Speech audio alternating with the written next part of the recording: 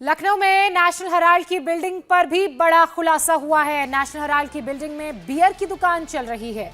AJL की building में अखबार का प्रकाशन नहीं होता है और जो जानकारी मिली है उसके मुताबिक अब यहां पर बियर की दुकान चल रही है। लखनऊ में अखबार का प्रकाशन 1999 से बंद है। दफ्तर परिसर में ज्यादातर दुकानों पर ताले लटके मिले।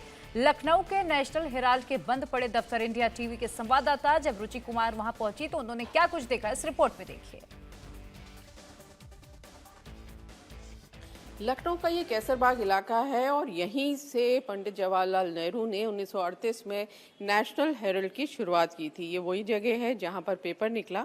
हालांकि पहले इस जगह पर एक मिशनरी स्कूल था जहाँ से एजेएल ने इसको किराए पे लिया और बाद में ये ज़मीन खरीदी गई।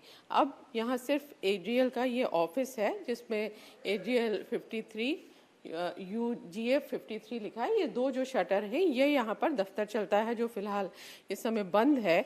और यहाँ पे 1999 तक नेशनल हेराल्ड निकला। आज़ादी के बाद यहाँ पे नवजीवन और कौमी आवाज़ भी निकाला गया, लेकिन धीरे धीरे करके ये पेपर बंद हो गए।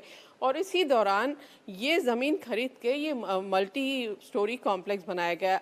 प्लान ये था कि 7 से 8 मंजिला ये कॉम्प्लेक्स बनाया जाएगा, लेकिन ये पूरा नहीं हो पाया, विवादों में फंस गया और इस तरह से अधूरी बिल्डिंग यहाँ पर पड़ी हुई है। इसमें बहुत सारी दुकानें हैं, ज़्यादातर दुकानें बंद हैं, बहुत थोड़ी सी दुकान हैं जो यहाँ पर चलती हैं।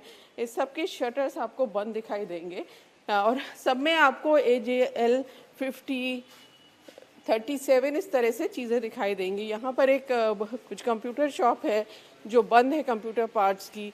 इस तरह से श्री गणेश ट्रेडर्स, लेकिन यहाँ पर कोई भी बात करने के लिए नहीं है। बाहर जहाँ से इस कॉम्प्लेक्स में आप आ सकते हैं वहाँ पर एक शराब की बियर की दुकान खुली हुई है, उसमें कुछ लोग ज़रूर नज़र आ रहे हैं और बाहर जो बियर की बॉटल्स हैं, कैन हैं, वो यहाँ पर पड़े हुए हैं। यहाँ कुछ लोग भी हैं। जैसे यहाँ पे जो दुकानें हैं ये आपकी अपनी दुकान है या किराए? जी हमारी अपनी दुकान है। खरीदी आपने? जी जी। किससे खरीदी? जी हमने आरोही बिल्डर से लिए थे। जी आरोही बिल्डर। कितने पैसे में और कब खरीदा? जी हमारी दुकान हमने इनसे लगभग 15-15 साल पहले ली थी और उस समय हमने दुकान इनसे ली थी करीब 12.5 लाख रुपए की। आपको पता है कि यहाँ पे कभी नेशनल हेराल्ड निकलता था जो जवाहरलाल नेहरू? जी जी जी बिल्कुल। जी यहाँ से पहले पेपर निकलता था नेशनल हेराल्ड का। और तो बाकी जो ये दुकानें हैं बहुत सारी बंद भी दिखाई दे रही हैं, कुछ में बोर्ड भी दिखाई दे रहे हैं। तो यहाँ किराएदार भी हैं? जी किराएदार नहीं है, यहाँ पे दुकानें लगभग पिछले कुछ वर्षों से खाली कराई जा रही थी और दुकानें खाली हो गई हैं। अब जो 5-6-7 लोग रजिस्टर्ड मालिक हैं वही लोग हैं, बाकी दुकानें सब खाली हैं। अच्छा, क्या वजह है कि ये देखिए कैसरबाग इलाका है, बगल में अमीनाबाद है, चलती हुई जगह, एक तो ये पूरा कॉम्प्लेक्स बंद ऐसे उजाड़ और पूरा बिना हुए क्यों पड़ा है? एक्चुअली ये शुरू से ही कुछ डिफ़ॉल्ट टाइप का रहा है यहाँ पे। नेशनल हेराल्ड बिल्डिंग ये आप जान रहे होंगे, आरोही बिल्डर्स कपूरथला में थे, उन्होंने इसको बनवाने की कोशिश, मतलब बनवाया था। तब ये 55,000 रुपये से निवेश करके इन्होंने दुकानें यहाँ पे इन्होंने लाट करनी शुरू की थी। उस समय कुछ दुकानें भी की थी, उसके बाद पता नहीं क्या हुआ, ये एकदम से काम बंद हो गया। फिर प्रेस वालों का कुछ मैटर चला यहाँ पे, बस यही सब चलता रहा। फिर यहाँ पे कुछ हुआ। क्या मैटर चला? वही वो धरना प्रदर्शन, किसी की कोई तनख्वाह बाकी थी, पीछे प्रेस चलता था, वो प्रेस बंद हो गया, फिर हुआ कि प्रेस चालू होगा। इसी तरीके का मैटर था यार। उसको लेके विवाद की वजह? हाँ, विवाद की वजह से। फिर लोगों ने विवाद की वजह से कुछ लेना उचित नहीं समझा कि प्रॉब्लम क्या है।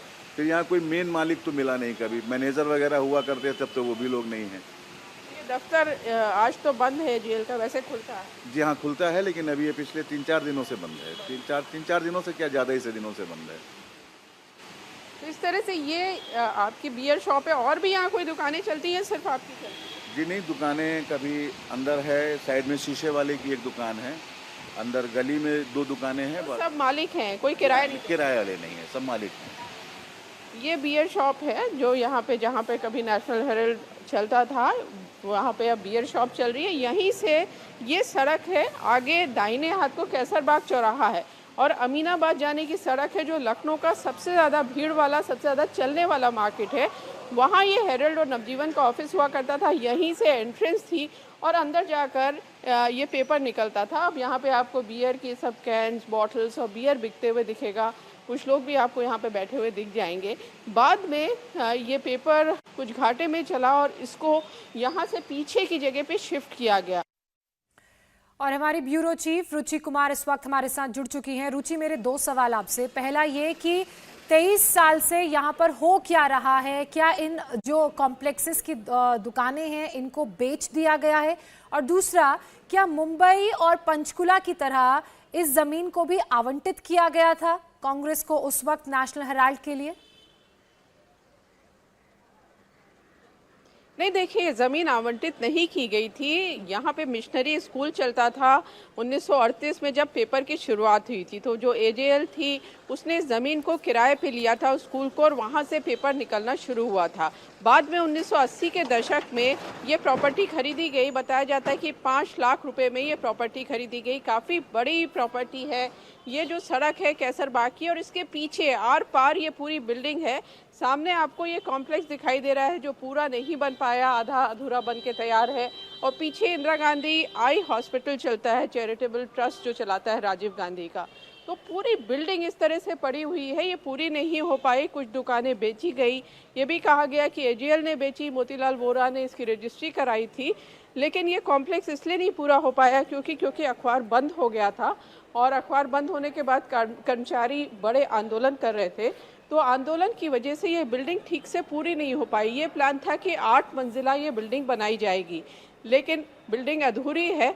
कुछ दुकानें चल रही हैं। ये बियर शॉप सबसे ज़्यादा चलने वाली इस पूरे कॉम्प्लेक्स में, हेरल्ड जहाँ पे निकलता था, सबसे ज़्यादा चलने वाली दुकान यही है। कुछ दुकानें और हैं और उनका भी यही कहना है कि उन्होंने ये दुकानें खरीदी थी, किसी ने 2005 में तो किसी ने 2007 में। रुचि, जब यहाँ पर मौजूद कुछ लोगों से आपने बातचीत की तो उसमें से जानकारी दी गई कि पहले दुकानें किराए पर दी गई थी, लेकिन बाद में दुकानें धीरे धीरे खाली करा ली गई। जिनका मालिकाना हक है उस दुकान में, सिर्फ उन्हीं लोगों को इजाजत है। तो ऐसे में सवाल ये कि आखिर जब किराए पर दुकानें दी गई थी उस वक्त ये किराया किसे जाता था, और इस पूरी बिल्डिंग का मालिकाना हक किसका है? देखिए, बिल्डिंग का मालिकाना हक जो है वो आप कह सकते हैं कि जो दुकानें नहीं बेची हैं, या जो पीछे इंदिरा गांधी आई हॉस्पिटल चलता है, साइड में काफ़ी बड़ी जगह है, नीचे पार्किंग है, ये सब एजेएल के पास है। और ऐसा कहा जाता है कि मोतीलाल वोरा उस समय सारा कामकाज देखते थे। यहाँ पर अब जो दुकानें नहीं बेची गई हैं, आप सब हर दुकान पे आपको एजेएल का नाम दिखाई देगा। तो जो दुकानें बिक गई और जो दुकानें नहीं बिकी, उनका मालिकाना हक तो एजेएल के पास अभी भी है। अब एक दुकान यहाँ पे अभी खुली है, देखिए, इनसे भी बात करने की हम कोशिश करते हैं कि ये इनकी किराए की दुकान है या इन्होंने भी खरीदी है। ये जो आपकी शॉप है ये किराए की है या आपने खरीदी? किराए पे रजिस्टर्ड है। किराया किसको देते हैं आप? किराया एसोसिएटेड को ही जाता है। कितना किराया देते हैं? लगभग 9,000 10,000 ऐसी कुछ है। ये जो किराया है चेक से देते हैं या कैश? चेक से आता है। किसके नाम से चेक देते हैं? एसोसिएटेड में। कहाँ पे देते हैं? ये जो इनका दफ्तर? उनका दफ्तर। कितने साल से आप किराए पे हैं? 15-16 साल हो गए यहाँ पे। 15-16 साल हो गए मुझे। कितनी दुकानें यहाँ पे किराए पे होंगी? मैम, किराए पे तो 2 ही दुकानें हैं, मेरी ही दुकान है, 2 दुकानें। बाकी तो इन लोग के पास ही है। इतना तो आइडिया नहीं है बाकी इनका क्या है। तो इस तरह से ये जो श्री गणेश ट्रेडर्स है यहाँ पर, इनका ये कहना है कि ये किराया देते हैं और किराया एजेएल को दिया जाता है। एजेएल का ऑफिस यहीं पर आगे है। छोटे से 2-3 कमरे हैं जिसमें एजेएल का ऑफिस चलता है।